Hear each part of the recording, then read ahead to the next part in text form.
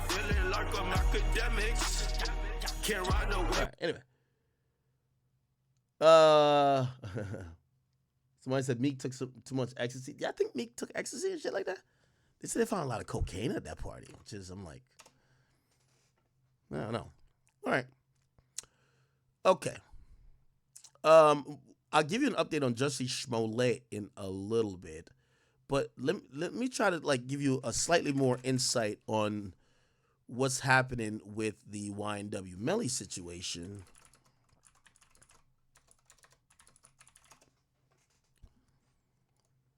I think there's you can tell. Give me 1 second. Where's the YNW Melly shit? Now, we briefly spoke about it yesterday. I don't think they even have it, right?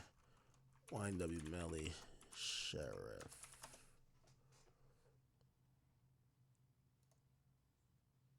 This week.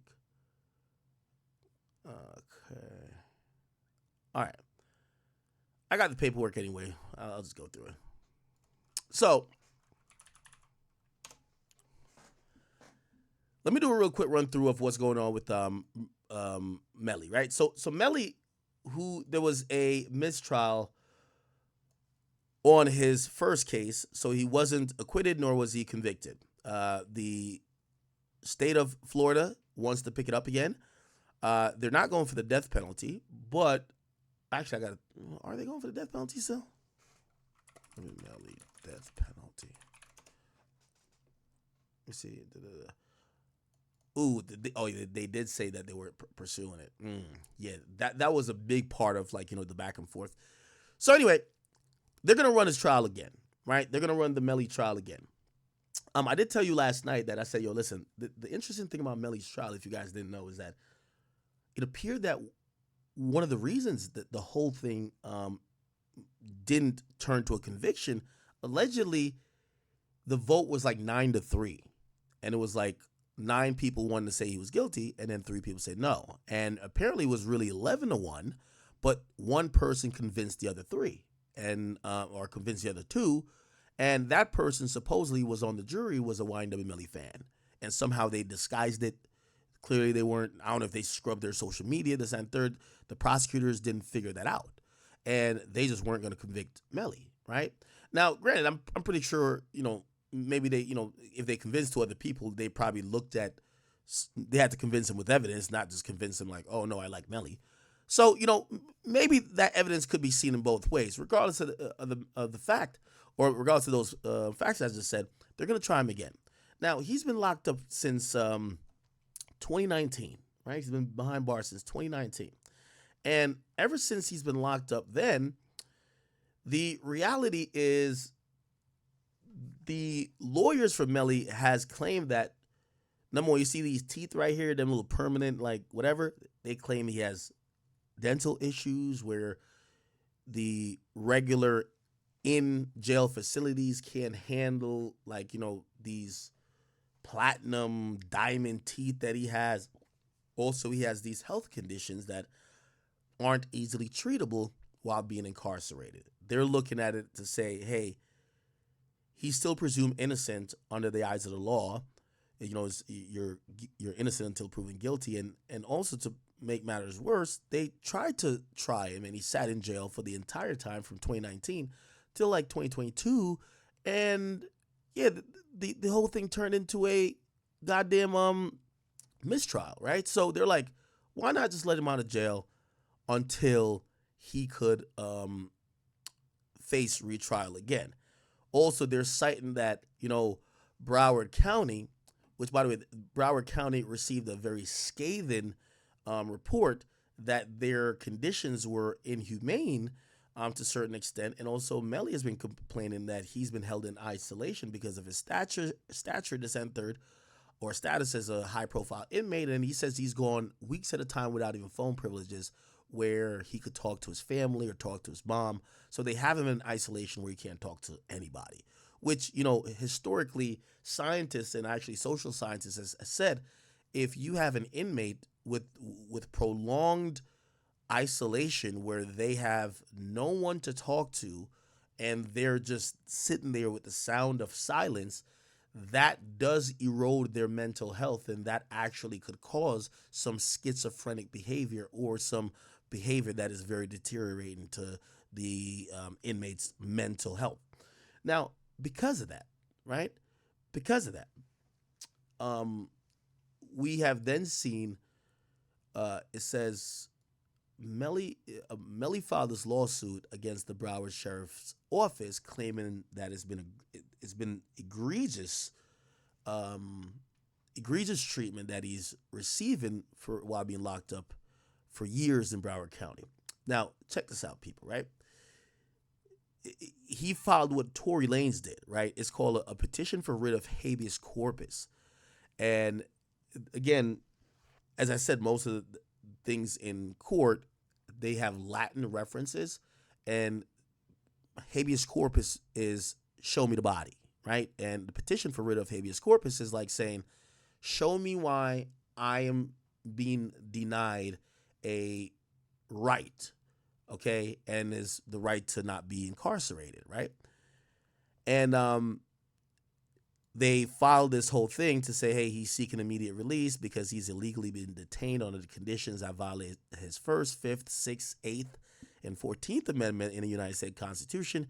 He's a black male who's currently being detained in conditions that shock the conscience and couldn't even be imagined to this day and age, even in a third world country. Okay, for over 3 years, he has not been permitted to make a single phone call or have a single visit with his family or any member in the outside world, including not seeing or speaking with his own mother in over 3 years.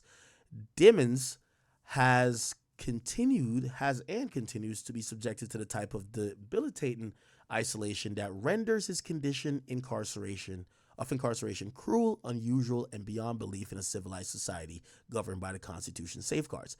He's also had a restriction placed on the detention officials designed to impede his interaction with his attorneys and ability to prepare for trial on capital murder charges. His cruelty treatment by the Broward detention authorities warrants his immediate release from pretrial detention, since the detaining authorities have shown such a callous disregard for his human dignity, right to counsel. Okay, he's currently incarcerated there.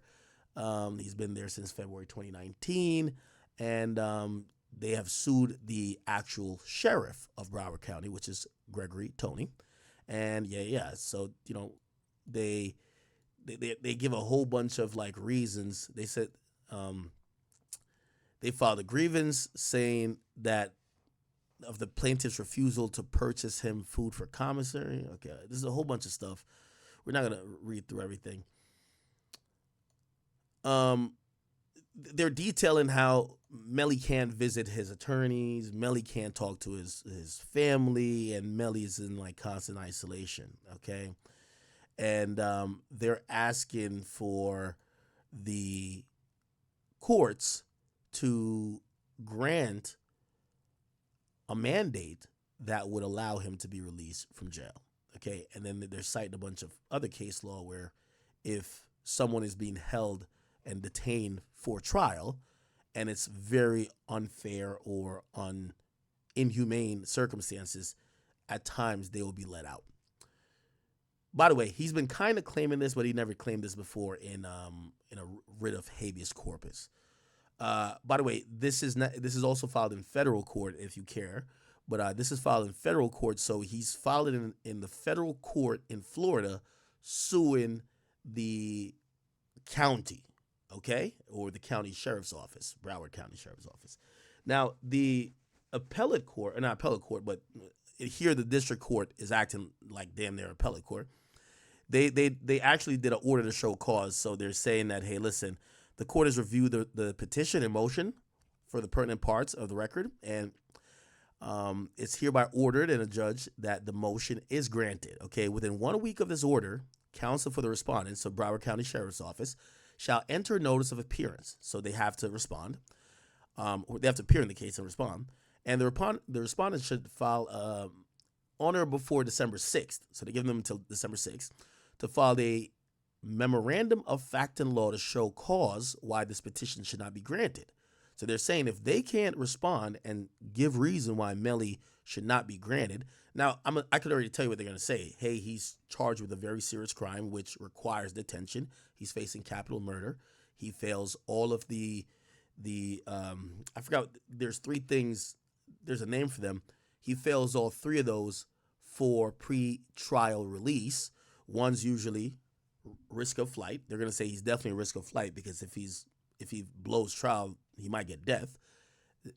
The next thing is danger to the community. They're going to say, bro, he's accused of killing 2 of his friends, and he poses with guns. He's a danger anyway, and he's in a gang, so that they're going to say he failed that. And then the third thing is, what is it? I could Google it. Bail consideration. Okay. All right. Danger. Okay. Nature of offense. Okay. Cool. So this is in New York, but it's kind of the same everywhere. All right. Well, those main things I could tell the government is gonna say, or Broward County is gonna say, like, bro, we can't let this motherfucker out, right? And then intimidate witnesses or something like that. That's usually one of the reasons why they won't let someone out. And they would probably say that the first trial, they believe that Melly may have, underhandedly had some of the witnesses kind of be uncooperative or stall the process. I don't know if they'll have proof for that, but that's one thing I think they might suggest in bail. And they might put it in writing here. Then the next thing, right? So they're ordering, but the courts, the U.S. District Court is saying you got to respond. And then it says the counsel for respondent is requesting, counsel for respondents is requesting not to caption the response as a motion to dismiss. Petitioner may, but not required to file a reply in 14 days. Okay, cool. And if it shouldn't be over 10 pages, okay, cool. All right, yeah. So essentially, the Broward County Sheriff's Office, and this is like a last-ditch effort because they did many bail applications and they were all denied. Right? Because you have the county who his case is being, or that circuit where the case is being tried in, they're all going to say no. So they filed it in federal court for the federal court to force this county to let him go. We'll see how the response goes. I still don't think they're letting him go. You know what I mean? I think people clickbaited with this saying, "Oh, Melly's about to get out." No. All the court said is you have to respond to this. Because remember, the court only heard Melly's side. Yo, I'm getting tortured. I don't talk to nobody. I'm talking to a wall. Can't meet with I haven't talked to my family in 3 years. I can't have phone calls. Food is trash. I'm being treated unfairly. I got gingivitis. Like, yo, my health I'm about to die. So now the government is going to give their side, and then whatever's going to happen. So they have until the 6th to December 6th to respond. And we will see what the court rules after that, right? Again, a writ of habeas corpus, even with the Tory situation, it should be noted that it is a long shot, right? It's a Hail Mary of sorts, okay? Which means you don't necessarily rely on that to be successful. It's probably successful under 10% of the time, okay? Cool. Give me 1 second.